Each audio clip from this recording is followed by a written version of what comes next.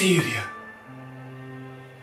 dell'antica Mesopotamia, non porti più la gloria, abbasolato di scanto è il tuo cammino, e scroscenti è l'acqua delle tue lacrime.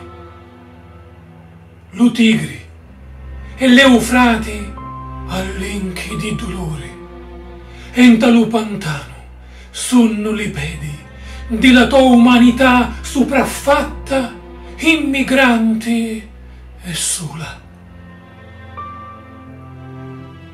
Sono tutti in solitudine le discendenti di Sem, figli disprezzati e ultimi, discacciati e sciaminati vicino all'antico orizzonte sopraniato di saitti e fuoco che ammazza.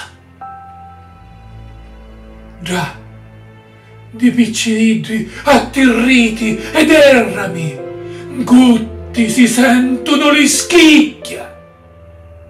Ecco, a te veni presto la sdesolazione delle mani di lei si taglia a gola, e di lo prepotente re che imprigiona lo popolo come fosse lo invasore, lo scenero.